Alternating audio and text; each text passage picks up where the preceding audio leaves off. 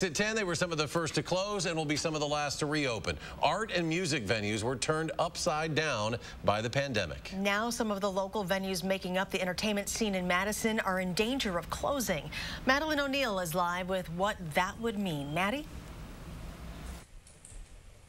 Well, Wisconsin ranks 50th in the nation when it comes to public funding for the arts per capita, according to national research. And that's been clear for communication, an arts and music venue here in Madison, especially so during the pandemic, which in itself is affecting all venues.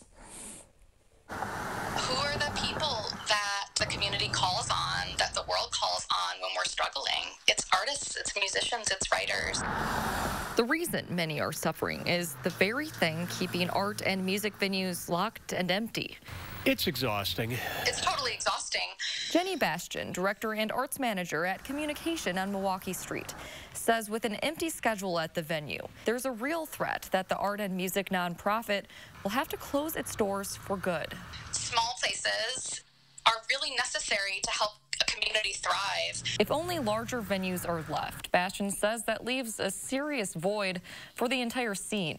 They're not going to support someone who's a singer-songwriter or a small punk band from a high school. It's a pretty big system, and it's a very interdependent system. Since March, these chairs behind General Manager Steve Sperling at the Barrymore Theater Very difficult. have gone unused. We miss all the people that come here. Even without income, they're doing okay for now, according to Sperling, who can only guess at when they'll be able to fill the theater again. Everybody's just playing it by ear.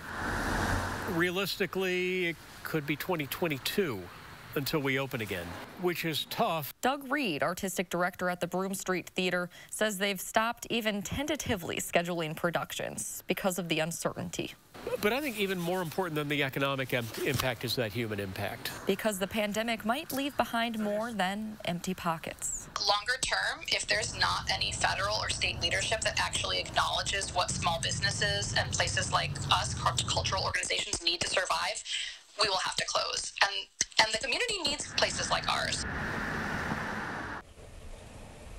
Both the Barrymore Theater and Broome Street Theater say they're fortunate that they are currently in a financial place where they don't have to actively fundraise. But Communication is hosting its 2-year anniversary fundraiser in various ways tomorrow. We have more information on that on our website.